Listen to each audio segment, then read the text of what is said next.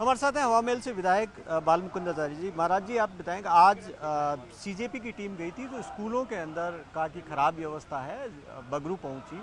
वहाँ ग्रामीणों के बीच में सीजेपी की टीम के बीच में भी थोड़ी सा टकराव की स्थिति हो गई है, क्या कहेंगे? सीजेपी के लोगों को ग्रामीण लोगों ने निकाल दिया बताए, गांव से बाहर कर दिया बताए और उन्हें भगा दिया बताए। यानी ग्रामीण लोगों ने उनको अंदर एंट्री नहीं दी, उनको पसंद नहीं किया। तो ग्रामीण लोगों का विषय है, जब उनको वो एंट्री नहीं दे रहे तो ये ग्रामीण जाने क्यों उनको नहीं जाने दे रहे, क्यों नहीं गाँव में घुसने दे रहे, ये उनका विषय है। लेकिन मुझे तो आज बड़ा आश्चर्य हो रहा है कि कांग्रेस के लोग सदन में कल से प्रवेश नहीं किए, मानसून सत्र चल रहा है और बाहर खड़े होकर हाउल्ला हंगामा कर रहे हैं। तो ये संदेश क्या देना चाहते हैं कांग्रेस के लोग कि हम लोग वंदे मातरम के खिलाफ हैं? क्योंकि जिस प्रकार से 15 अगस्त पर सोनिया गांधी जी ने वंदे मातरम का विरोध किया, राहुल गांधी जी ने किया और खड़गे सामने किया, उसके बाद मैं देख रहा हूं कि लगातार कल आज दूसरा दिन है, दूसरा दिन भी बाहर हंगामा कर रहे हैं ये। और किस बात का हंगामा कर रहे हैं? ये मुद्दा है नहीं, विषय बता नहीं रहे, तो हंगामा कर रहे हैं ये कि हमें वंदे मातरम अंदर गायन नहीं करने देना, वंदे मातरम हमें सुनने नहीं देना, सुनाने नहीं देना। यानी राष्ट्र विरोधी लोग हैं ये। राष्ट्र के हित में, तिरंगे के सम्मान में अगर कोई काम होता है तो ये सदैव विरोध में रहते हैं। पहले राम विरोधी थे तो इस सिमटकर आज छोटी सी पार्टी रह गई, अब ये राष्ट्र विरोधी रह गए। तो मुझे लगता है आने वाले समय में एक आध सीट भी मुश्किल से आ पाएगी। तो कांग्रेस को समझना चाहिए कि राम का और राष्ट्र का विरोध, तिरंगे का विरोध, ये उचित नहीं है।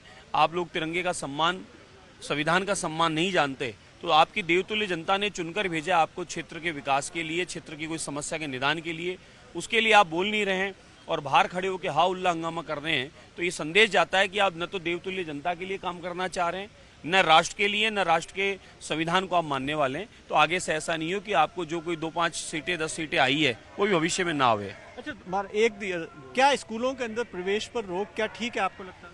देखिए, स्कूल हो, कॉलेज हो या अन्य कोई सरकारी डिपार्टमेंट हो या आपका मीडिया हाउस हो, कोई व्यक्ति अंदर अचानक घुस जाए, कोई हरकत कर दे।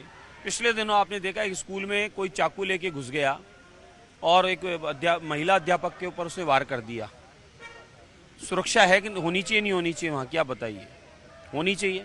आपकी मीडिया हाउस में कोई घुस जाए, आप भी कम से कम आपका व्यक्ति पूछताछ करके, रोक नहीं लगाई है।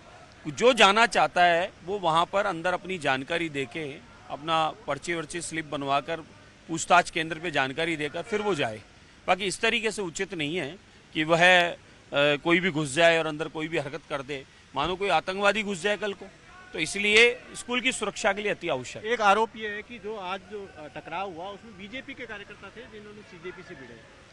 बीजेपी के कार्यकर्ताओं की तो जानकारी नहीं आई। ये आई है कि मुझे ग्रामीण लोगों ने सीजेपी वालों को बाहर किया है।